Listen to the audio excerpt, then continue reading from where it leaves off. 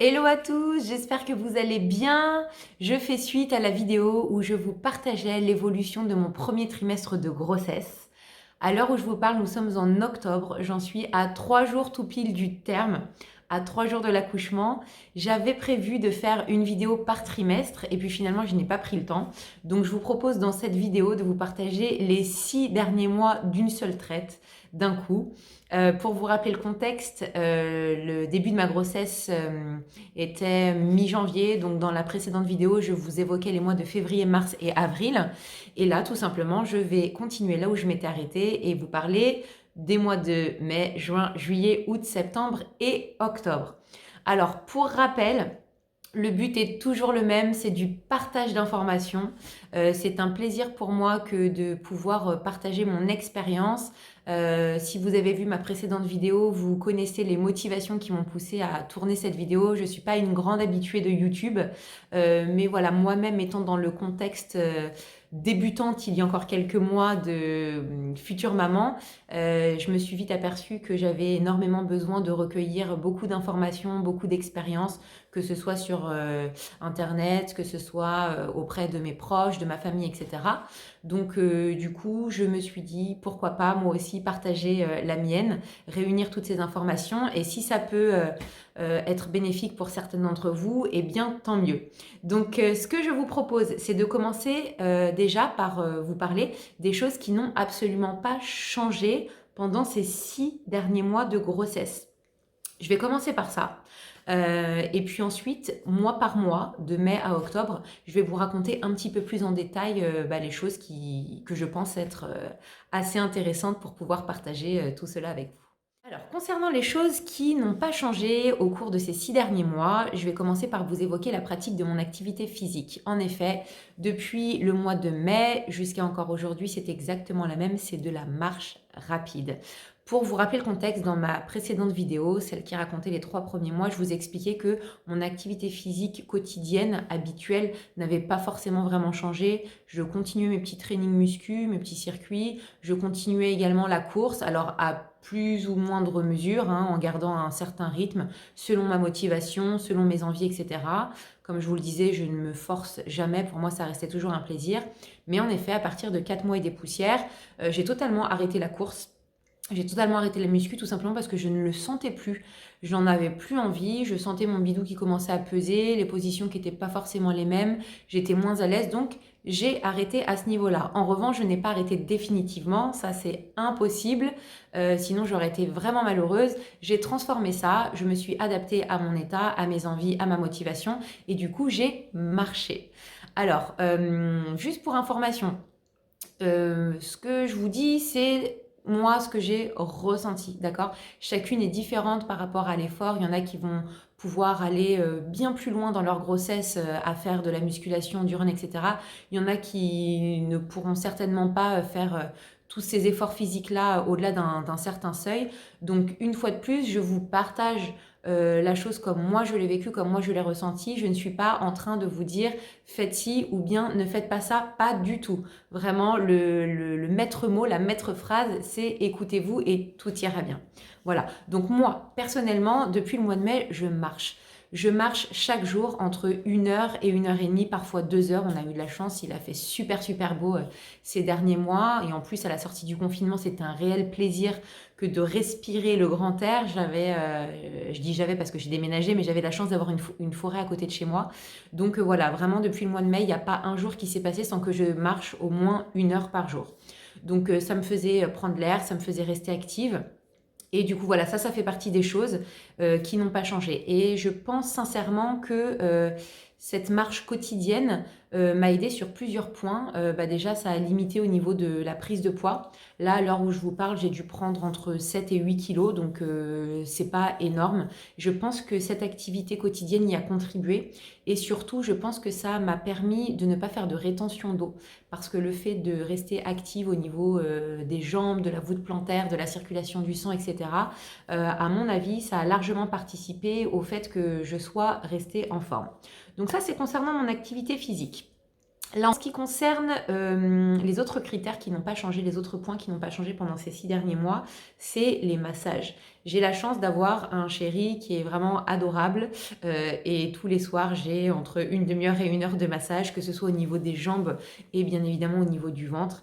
Et ça, c'est vraiment cool, j'ai de la chance. J'ai vraiment de la chance. Donc j'espère que vos hommes peuvent aussi contribuer à cela, car je pense aussi que ça a joué. Là, à l'heure d'aujourd'hui, pareil, je n'ai pas de vergéture. J'espère ne pas en avoir après l'accouchement, mais voilà, j'ai la peau qui est restée vraiment très en forme. Donc tous les soirs, je masse le ventre et les jambes. Donc je pense que ça permet en effet, toujours par rapport à cette rétention d'eau, de l'éviter au maximum. Ça permet de drainer, ça permet d'éviter les vergetures et surtout ça détend énormément. Il y a des journées où on a un petit peu mal dans le bas du dos, avec le poids du bidon qui commence à peser vers l'avant, puis avec les gestes de la vie quotidienne et avec l'activité qu'on fait. Donc du coup, moi vraiment, c'était un de mes petits moments préférés le soir que de me faire masser et de prendre soin de mon corps à ce niveau-là. Troisième chose qui n'a pas changé pendant ces 6 derniers mois, c'est l'alimentation. Dans la première vidéo, je vous expliquais que j'avais plutôt des freins alimentaires. J'ai même perdu du poids pendant le premier trimestre.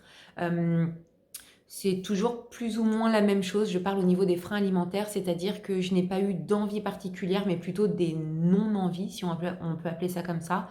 Alors, ce qui est génial, c'est que je n'ai plus ce goût bizarre là que j'avais dans la bouche qui était très désagréable pendant les 4 premiers mois. Ça s'est estompé. Il n'a pas disparu totalement, mais franchement, ça va. Je n'ai pas du tout à me plaindre. Pareil, pas de nausées, pas tous ces troubles un petit peu digestifs que j'ai pu avoir. Ça s'est vraiment estompé. On me l'avait dit et je m'étais dit pourvu que c'est vrai, pourvu que ça disparaît au bout de 3-4 mois, et c'est vrai. En revanche, voilà, je n'ai pas forcément eu d'envie particulière. Mon alimentation est restée... je me suis vraiment pas du tout privée. De toute manière, c'est pas dans mes habitudes que de me priver. J'aime bien la bouffe de manière générale. C'est juste qu'en temps normal, j'ai un sacré bon coup de fourchette. Donc au niveau des quantités, voilà, je suis plutôt très à l'aise. Et là, je sais pas, les quantités... naturellement ont été réduites. Une fois que j'étais calée, même si mon assiette n'était pas terminée, pardon, je ne la finissais pas contrairement à d'habitude. Donc des quantités peut-être un petit peu moins réduites, parfois des envies de très frais, de très healthy, parfois un petit peu moins, mais vraiment pas de grosses envies comme on peut entendre ou comme on peut voir avec voilà, des envies spécifiques. Mais une fois de plus, je pense que c'est propre à chacune. Donc je n'ai pas eu du tout ça à ce niveau-là, et surtout c'était très rythmé. Donc vraiment le petit déjeuner, le déjeuner, à l'heure du déjeuner, une petite collation à l'heure du goûter et le repas du soir. Donc limite, j'avais une hygiène alimentaire peut-être un petit peu mieux que d'habitude. Donc je pense que ça aussi, bien évidemment, ça a contribué au fait que je ne prenne pas énormément de kilos d'un coup. Voilà, en ce qui concerne un autre point qui n'a pas changé, c'est mon sommeil. Dans la première vidéo, je vous disais que mes nuits étaient découpées en deux, que j'avais une insomnie en général à partir de 4-5 heures du matin et que je me rendormais ensuite quelques heures plus tard. Et bien c'est toujours le cas, c'est toujours la même chose 9 mois plus tard. C'est-à-dire que, alors je ne sais pas, je suis réglée comme une pile électrique. À 4 heures du matin, j'ai les yeux qui s'ouvrent et là pendant 2 à 3 heures, je m'occupe, je fais des petites choses. Voilà, tout en restant au calme, bien évidemment, et je me rendors après pendant 2 heures. Donc bon, je ne sais absolument pas pourquoi. Est-ce que c'est parce que, je sais pas, peut-être que je vais accoucher à 4 heures du matin, je n'en sais rien. Est-ce que c'est parce que mon corps est en train de s'habituer à de futures obligations de réveil en pleine nuit pour alimenter le bébé? Je ne sais pas. Et ensuite, dernier point, qui n'a pas changé, bien évidemment, les consultations. Donc, pour rappel, je suis suivie à la clinique. Il y a un très bon suivi là-bas. Je peux tout faire là-bas, en fait, que ce soit au niveau des prises de sang, au niveau des visites mensuelles, au niveau des échographies, au niveau des cours de préparation à l'accouchement. Je vous en parlerai tout à l'heure. C'est assez pratique puisque tout peut se faire là-bas au même endroit. Donc, du coup, je peux prendre mes marques. Et donc, voilà, quelque chose qui n'a pas changé au cours de ces 6 derniers mois, c'est que tous les mois, j'ai toujours cette visite mensuelle chez mon gynéco où il me contrôle la tension, il me contrôle le poids, il contrôle la fréquence cardiaque du bébé, il me fait à chaque fois une petite échographie, vu qu'il a tout le matériel sur place. Et puis, voilà, j'ai également une prise de sang par mois pour contrôler la la toxoplasmose, pardon, parce que je ne suis pas immunisée. Donc voilà en ce qui concerne les choses qui n'ont absolument pas changé, qui sont restées les mêmes du mois de mai jusqu'à encore aujourd'hui. Ok, donc maintenant je rentre un petit peu plus dans les détails pour vous parler des choses essentielles qui se sont passées au cours de ces 6 derniers mois. Donc je reprends à partir du mois numéro 4, donc le mois de mai. Là ça va aller très vite puisque ce 4e mois était complètement dans la continuité des 3 premiers. Franchement, c'est comme si le premier trimestre avait duré 4 mois et non pas 3. J'ai vraiment rien à vous dire de plus ou de moins au niveau de mon état, au niveau de mon ressenti. C'était vraiment complètement similaire aux 3 premiers. Voilà, j'ai vraiment vu une évolution, une petite différence au niveau du 5e mois dont je vais vous parler dans un petit instant. La seule chose qui a changé pendant ce 4e mois, c'est comme je vous l'ai expliqué tout à l'heure, la transformation de la pratique de mon activité physique avec de la marche. C'était aussi au cours de ce mois-là que l'annonce avait été officiellement faite à tout le monde. Donc tous mes proches, ça y est, étaient enfin au courant. Et puis j'ai fait ma petite annonce sur les réseaux sociaux. Et puis oui, en effet, c'est là que, à la sortie du confinement, c'est là que mon petit bidon a commencé à prendre un petit peu forme. Donc voilà pour ce mois numéro 4. Pour le mois numéro 5, donc le mois de juin, là c'est un petit peu plus intéressant, c'est un petit peu plus riche en émotions parce que notamment c'était le mois où j'ai pu faire cette deuxième échographie, où j'ai pu apprendre le sexe du bébé, voilà, et j'ai pu surtout partager cet événement parce que pour moi je l'ai vraiment vécu comme un événement avec tous mes amis au cours d'une fête. Je vous l'avais un petit peu mentionné déjà lors de la première vidéo, j'ai célébré ça au travers d'une gender reveal. Donc voilà. Pour rappel, en gros, cette deuxième échographie, c'est la plus importante, c'est là où on prend toutes les mesures, en effet. J'ai même eu le droit à une petite photo en 3D du bébé, voilà, où on peut voir déjà des petits signes de ressemblance, je trouve. Alors, en toute honnêteté, pour moi, depuis le début, j'étais persuadée du sexe du bébé en tant que fille. Je ne pourrais pas vous l'expliquer, mais un ressenti, un instinct, une intuition très très très très forte, et ça depuis très longtemps, depuis même avant ma grossesse, je m'étais toujours dit je vais avoir une fille. Je vous ai tourné une petite vidéo du coup sur cet événement-là, sur le Gender Reveal. Donc pour ceux et celles qui ne l'ont pas vu, n'hésitez pas à aller la voir si ça vous intéresse. C'est très très fort en émotion, pour la simple et bonne raison que je me suis complètement, totalement, littéralement plantée.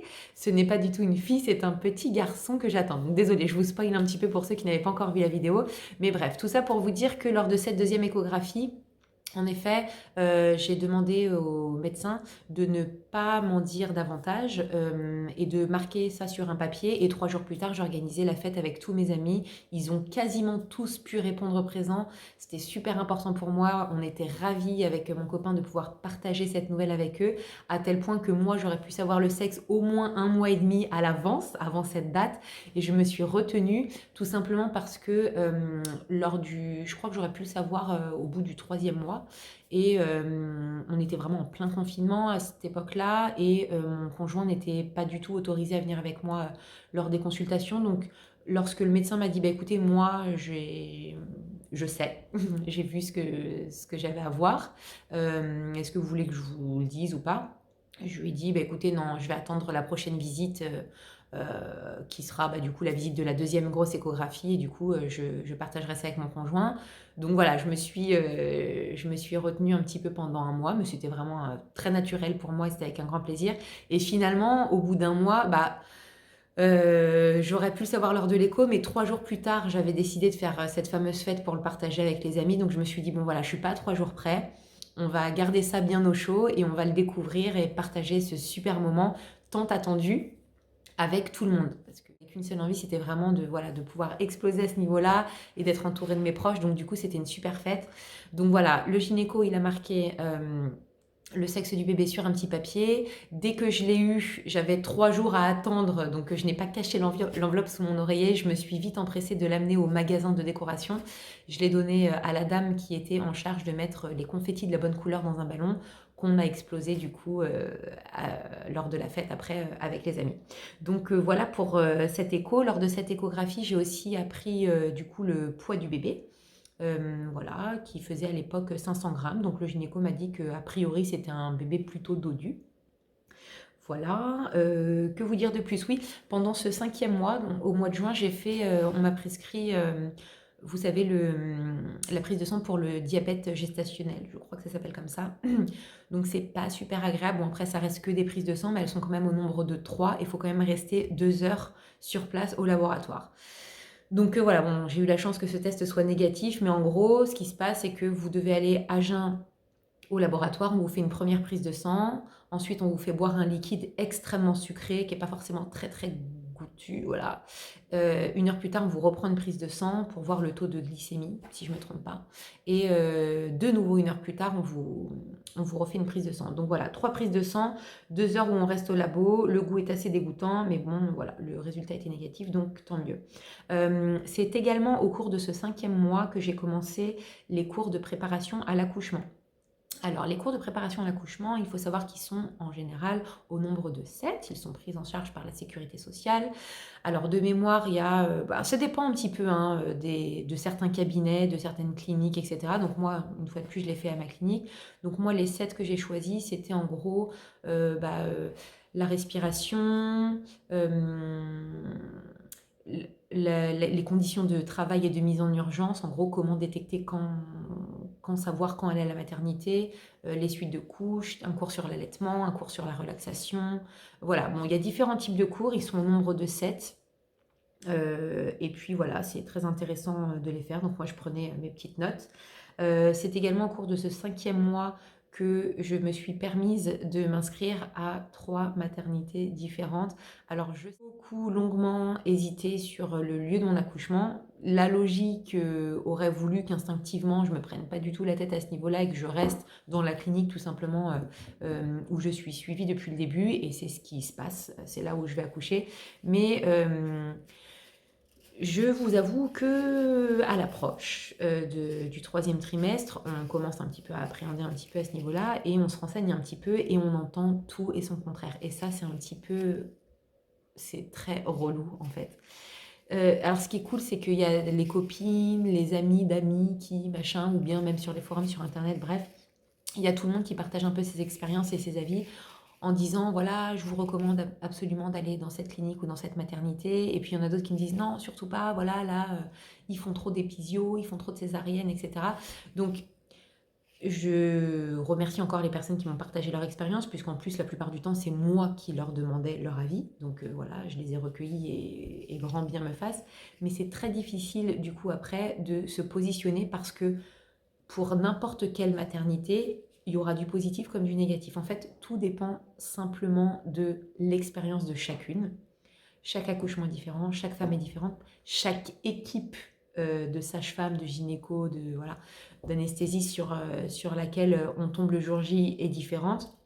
Donc moi, avec tout ça dans ma tête, je me suis dit, mais mon Dieu, je ne sais pas où je veux aller. Donc en fait, je me suis inscrite à 3 maternités, les 3 les plus proches de chez moi. Et puis, je me suis dit, comme ça, j'aurai le temps, avant de trancher, en continuant à me renseigner, mes recherches, etc. Donc là, pour être très honnête avec vous, c'est seulement il y a 3 semaines. C'est seulement il y a 3 semaines, donc au cours du 8e mois, enfin, oui, c'est ça, que j'ai tranché. Je me suis dit, bon, allez, écoute, reste là où t'es, ma fille, t'es bien encadrée depuis le début, il n'y a pas de raison, de toute manière, ça se passera comme ça se passera. Donc voilà, en tout cas, pour vous dire que c'est à partir du 5e mois que j'ai finalisé, du coup, les 3 inscriptions dans les maternités. C'est aussi à partir de ce mois-là que j'ai commencé à faire les recherches pour les modes de garde. Donc là, à ma plus grande surprise, donc moi, l'accouchement est prévu là pour dans quelques jours, donc au mois d'octobre. Donc si vous faites le calcul, mois octobre plus voilà les 2 mois et demi de congé maternité, bref, je suis censée, si je veux reprendre le travail, etc., après mon congé maternité, je suis censée du coup trouver un mode de garde pour le mois de fin décembre, donc en gros janvier 2021. Sauf que en déposant mes dossiers dans les différentes crèches, etc., j'ai vite compris, enfin on m'a vite fait comprendre que pour un mois de septembre, il n'y avait pas de souci pour une rentrée scolaire, mais pour un mois de janvier, bah, ça dépendra de si quelqu'un déménage, de si quelqu'un laisse sa place, de s'il y a une mutation, mais c'est pas dit. Donc du coup, bon après bien évidemment, il y a d'autres choses, mais en ce qui concerne les crèches, c'est voilà, c'est focus sur le mois de septembre où là voilà, normalement il ne devrait pas y avoir trop de soucis, mais pour le reste, bah, c'est en fonction de si c'est même pas en fonction de si le dossier y passe, c'est en fonction de s'il y a de la place. Donc déjà que c'est apparemment pas du sûr à 10 000% pour un mois de septembre. Alors pour un mois de janvier, en plein cours d'année scolaire, bon bah voilà, on m'a fait comprendre que c'était pas forcément évident. Donc du coup, bon, voilà, pendant un mois, ça va un petit peu, j'ai commencé à faire les recherches, etc. Après, je sais qu'il y a les nounous, il y a les assistantes maternelles, enfin voilà, j'ai pas épuré toutes les possibilités. Je me suis un petit peu détendue avec ça. Je me suis dit que de toute manière, là, en ce moment, enfin ces derniers mois, je ne travaille pas. Je compte reprendre une activité professionnelle, bien évidemment, à partir de la rentrée 2021. Mais étant donné que je n'ai pas encore de choses concrètes, je vais voir ce qu'il en est, en fait. Je me suis un petit peu détendue avec ça. Je vais déjà profiter des quelques semaines après mon accouchement pour me positionner, pour voir un petit peu comment j'évolue avec le bébé dans notre vie. Et puis, voilà, bon, je me pencherai sur le sujet. De toute manière, je suis déjà inscrite, enfin, mon dossier. Et aussi, pendant ce 5e mois, eu quelques entretiens professionnels, d'ailleurs, du coup, à ce sujet. Et franchement, j'ai été agréablement surprise j'en ai fait une petite dizaine, beaucoup au téléphone, puisque c'était à la sortie du confinement, et certains en présentiel. Et bon, du coup, forcément, j'ai raté quelques opportunités, puisque les recruteurs avaient besoin de quelqu'un de disponible dans les semaines à venir. Et moi, bien évidemment, quand alors j'ai joué franc jeu, hein, ça peut être un bon sujet aussi d'ailleurs. Euh, Est-ce qu'on doit dire ou pas lors d'un entretien professionnel qu'on est enceinte ou pas? Moi, j'aurais largement pu le cacher, en tout cas physiquement, si j'avais le voulu, parce que mon bidon ne se voyait pas beaucoup et avec une veste, ça passe très bien. Mais voilà, j'ai choisi de jouer franc jeu dès le début et je le disais au tout début de l'entretien. Donc la plupart du temps, quand j'avais des gens intelligents en face de moi et réceptifs, et parce que voilà, j'ai essayé d'être une bonne communicante à ce niveau-là, en disant que oui, j'étais enceinte et que oui, je n'étais pas disponible tout de suite, mais que ça n'enlevait absolument rien à mon investissement potentiel, à ma motivation, etc. Et surtout à mes performances et à mes capacités. Donc quand on se retrouve avec des gens qui sont intelligents en face de soi, voilà, du coup, on sème les petites graines, c'est ce que j'ai fait. Et les gens, bon bah voilà, soit te disent qu'ils sont intéressés par ton profil et t'invitent à reprendre contact avec eux quand tu seras disponible à la sortie du congé maternité, ou bien il y en a clairement qui te disent, bah écoutez, désolé, c'est pour maintenant, c'est pas pour dans 6 mois, quoi, donc merci, au revoir, désolé, on verra plus tard. Donc voilà, j'ai en tout cas passé quelques petits entretiens professionnels pendant ce 5e mois qui se sont bien passés. Et franchement, ça fait du bien de savoir que, voilà, de se dire qu'il y a des gens qui sont quand même à l'écoute. On m'a beaucoup félicité de ma franchise, de mon honnêteté. Et voilà, bon, bah, c'est cool, ça m'a fait plaisir. Voilà pour le mois numéro 5. Ensuite, pour le mois numéro 6, donc du coup, le mois de juillet. Donc là, mois de juillet, mois numéro 6, j'en étais à plus 2,8 kilos lors de ma consultation mensuelle. Donc c'est pas énorme. C'est aussi pendant ce 6e mois que j'ai effectué mes premiers achats de grossesse, parce que là, ça y est, le bidon il était bien sorti. Donc franchement, j'ai pas acheté grand-chose, parce que vu qu'il faisait beau, on était en plein dans la période d'été. Franchement, 3 robes, 2 jeans, vous savez, qui remontent bien là, et un short. Voilà, ce sont les seuls achats que j'ai effectués, que j'ai eu besoin d'effectuer. Après, les hauts, bon, bah, tu mets tes petits hauts normal, quoi. Donc voilà. C'est également là aussi que j'ai fait les premiers achats pour le bébé, puisque dans la première vidéo, je vous expliquais que j'avais encore strictement rien acheté, que j'avais le temps, etc. Donc là, ça commence un petit peu à se concrétiser dans ma tête, donc dans les magasins aussi, et enfin dans ma tête et sur mon corps. Donc du coup, c'est là où j'ai fait les premiers petits achats pour les fringues de bébé. J'ai continué mes cours de préparation à l'accouchement. Voilà. J'ai commencé à avoir pas mal de pellicules. Voilà, même à partir du 5e mois, beaucoup de pellicules, là ça va, ça s'est atténué. Et j'ai commencé aussi à avoir de l'eczéma sur les mains et sur les doigts. Voilà, bon, toujours besoin de mettre du labello parce que beaucoup de déshydratation. Par contre, vraiment, j'ai joué le jeu, j'ai vraiment beaucoup bu. Pas forcément par contrainte, mais vraiment un besoin de m'hydrater. Franchement, je pense que j'ai bu au moins 2 litres d'eau par jour. Donc pareil, ça aussi, j'imagine que ça aide énormément. Et puis de toute manière, et le bébé et moi en avons besoin. Donc voilà, de l'eczéma, des pellicules. Que dire de plus? Le 6e mois, en fait, il est passé super vite parce que j'étais à fond dans les démarches de déménagement. J'ai vendu mon appartement, j'en ai acheté un autre, bref. Donc et puis j'ai eu quelques petits créneaux aussi au niveau professionnel de mon métier de formatrice. Donc c'était une période d'évaluation de jury pour les futurs coachs, vu que je suis formatrice BPGEPS. Donc du coup, ce mois-là est passé très très vite. J'étais assez active au niveau du travail, assez active au niveau des démarches administratives, etc. pour fabriquer mon futur petit cocon. Donc il est passé très très vite. J'étais assez occupée, voilà. Pour le mois numéro 7, le mois d'août, donc là, j'en suis à plus 4,4 kg pour ce mois d'août. Le ventre qui s'est bien arrondi, j'ai commencé à ressentir la fatigue. Au niveau de ma marche quotidienne, par exemple, elle était beaucoup plus lente. Donc voilà, pendant ce 7e mois, c'est là aussi où mon gynéco m'a prescrit cette ceinture de grossesse pour soulager au niveau des lombaires. Alors c'est tombé à point nommé parce que vu que je marchais beaucoup, du coup, ça m'a un petit peu aidé au niveau du maintien du dos. Il m'a également prescrit du fer. Donc j'ai eu une supplémentation en fer. Ce 7e mois, c'était aussi le mois des vacances. Pardon, je vais éternuer. À mes souhaits. Le mois des vacances, le mois d'août. Alors, j'ai eu la chance. Ces vacances, elles étaient tant attendues pour 2 raisons. La première, c'est qu'à la sortie du confinement, bien évidemment, comme tout le monde, j'imagine, envie de respirer un autre air. Donc, on a fait Ibiza, on a fait Bordeaux, Biarritz et la Bretagne. Donc un beau petit périple. Franchement, j'étais pas super sereine parce que à 7 mois de grossesse, je me suis dit, est-ce que je vais supporter la chaleur? Est-ce que je vais supporter le vol pour aller en Espagne ou bien le train pour aller dans le sud de la France?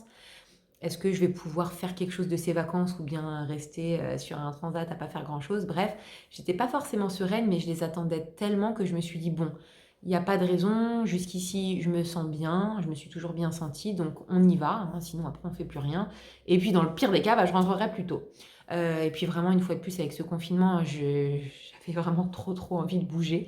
Donc du coup, voilà ce qu'on a fait, ce petit périple-là, et c'était génial. Par contre, c'était des vacances différentes de d'habitude. J'ai pas crapahuté partout, on n'a eu aucun regret ni aucune frustration parce que ce sont déjà des endroits qu'on avait fait les années précédentes.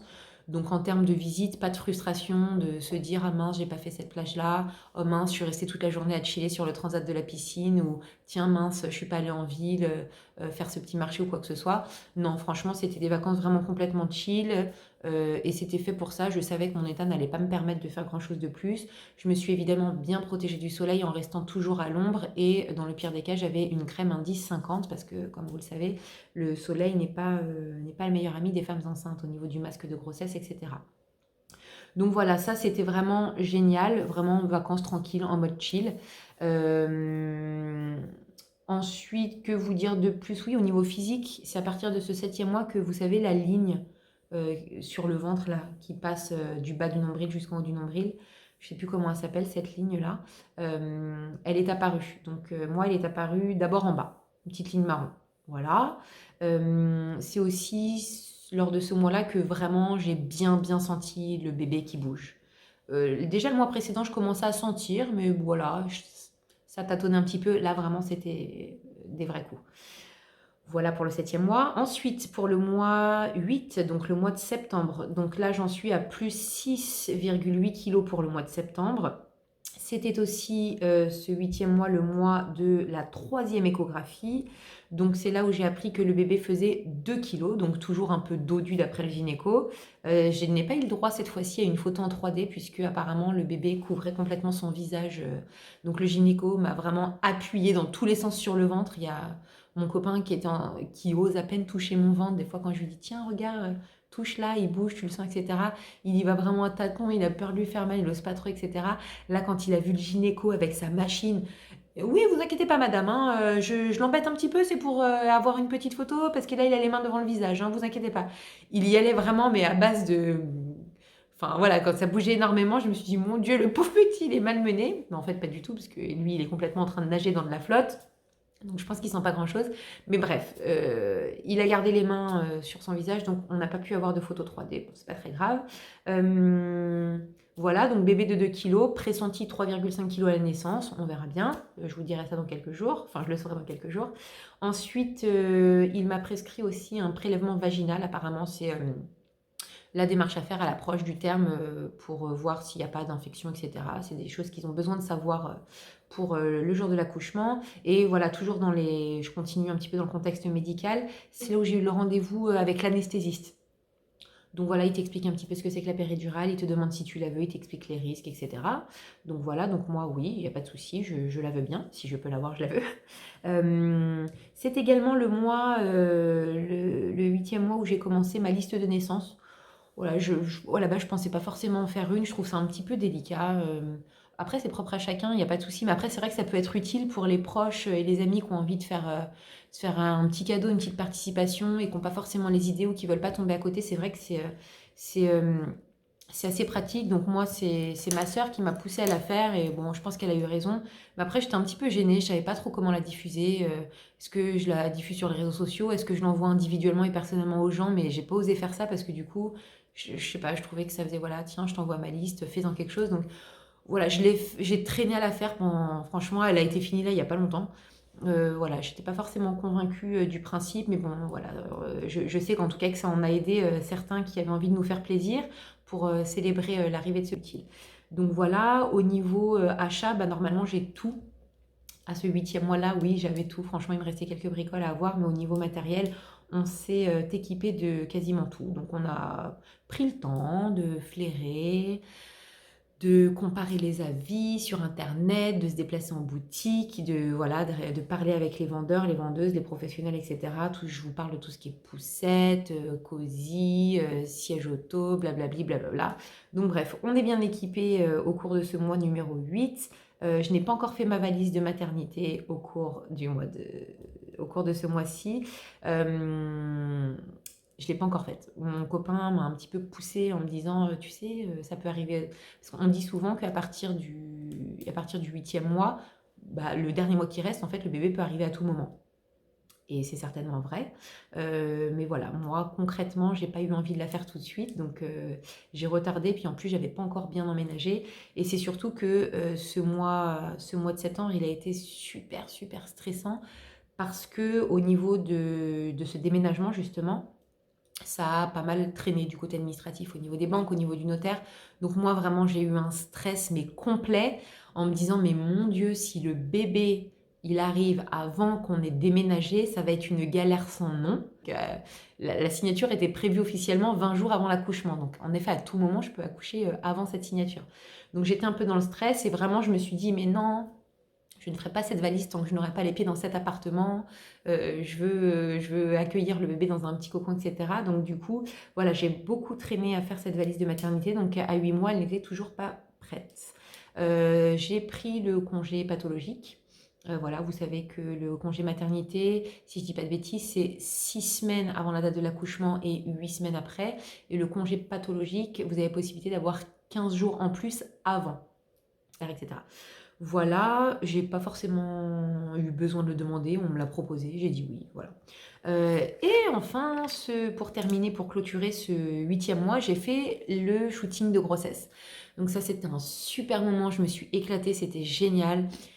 J'ai fouiné un petit peu, j'ai trouvé un photographe au top. Donc on s'est éclaté, c'était vraiment génial, ça fait des bons souvenirs. Voilà, et enfin le dernier mois, on y est, le mois d'octobre, plus 7,3 kilos. Donc ça, c'était lors de ma dernière visite mensuelle il y a 2 semaines et demie. Plus 7,3 kilos, peut-être que là, je dois plus me rapprocher des 8 kilos, je ne sais pas. On verra bien si j'ai ma dernière visite avant l'accouchement. Au niveau de mes ongles, grave du changement. Pendant 8 mois, ils ont été au top du top, bien durs, parfaits, etc. Là, ils sont super cassants, ils sont tout courts d'ailleurs. Voilà. Par contre, au niveau de la peau et des cheveux, c'est toujours mieux que d'habitude, c'est bien. J'ai enfin pu emménager. Là, je vous fais la vidéo depuis mon nouveau chez moi, donc c'est génial. Donc je suis soulagée, je suis beaucoup plus tranquillisée dans mon esprit. Donc le bébé peut arriver sereinement. Activité, je vous l'ai dit tout à l'heure, beaucoup moins de marche parce que du coup avec le déménagement là j'ai plus le temps. Montage des meubles, je pose du papier peint, je prépare le petit cocon, on appelle ça la nidification. Ce qui paraît c'est pour préparer mentalement et physiquement et matériellement l'arrivée du bébé. Ben, je suis en plein dedans. Voilà, donc le bilan de ce 9e mois, l'approche du bébé, il bouge énormément. J'ai vraiment des grosses vagues que je vois sur mon ventre. j'ai des coups dans les côtes, j'ai des coups dans la vessie, mais je n'ai pas de contraction, ou en tout cas je ne sais pas les distinguer. J'ai beaucoup de petites gratouilles sur le ventre, ça me gratte un petit peu.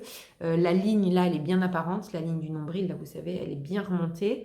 J'ai fait un dernier, troisième rendez-vous ostéo, un ami qui m'a conseillé, un ami ostéo, qui m'a conseillé de le faire en m'expliquant que c'est bien à l'arrivée du terme, à l'approche du terme, donc là 2 semaines avant je l'ai fait, de préparer la mobilité du bassin et le diaphragme, puisque ça va être le muscle expirateur qui va nous aider à souffler pendant l'accouchement.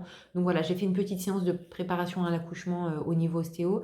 J'ai fait également un petit rendez-vous chez l'esthéticienne au niveau de l'épilation du maillot. Comme ça, je me suis dit que je serais tranquille puisque voilà, je ne sais pas comment l'accouchement se passera au niveau physique en bas, mais au moins comme ça, si je ne peux pas trop m'occuper de l'épilation après, eh bien, ce sera certainement le cas d'ailleurs, eh bien au moins je serai tranquille pendant plusieurs semaines. Voilà, j'ai du coup à l'approche du terme là depuis 2 semaines, j'ai 2 à 3 rendez-vous par semaine concernant les monitorings. Donc c'est tout simplement pendant une demi-heure, il y a la sage-femme qui nous place une ceinture avec des électrodes pour contrôler le rythme du bébé et les contractions. Donc moi, j'ai pas forcément fait de projet de naissance. Vous savez, le projet de naissance, c'est est-ce que par exemple je veux la péridurale, est-ce que je ne veux pas de césarienne, etc. Donc je vais prendre le temps de faire ça sur une petite feuille vite fait là-bas dans les jours à venir puisque ça approche. Voilà, et puis bah, tout simplement, je vais terminer en vous disant que oui, j'appréhende pas mal. Là, j'ai eu franchement la chance d'avoir une grossesse relativement sereine, active et où tout s'est très très bien passé. Donc normalement, je me dis qu'il n'y a pas de raison, je vais garder ça à l'esprit. Mais c'est vrai que là, à l'approche de là, cette dernière semaine, là, à l'approche des derniers jours, je commence un petit peu à appréhender. J'ai des petits coups d'hormones ou de stress, des fois où je pleurniche un petit peu en m'imaginant, en me disant, bon voilà, j'espère que tout va bien se passer, et pour le bébé, et pour moi, et pour notre petite famille à venir. Donc voilà. Eh bien, j'espère que cette vidéo vous a plu.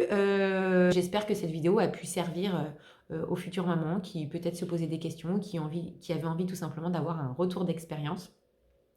Et puis, bah voilà, je croise les doigts pour que tout se passe bien pour moi et le petit prince, enfin pour le petit prince et moi, dans les prochains jours à venir. Et puis, je vous embrasse à tous. Ciao!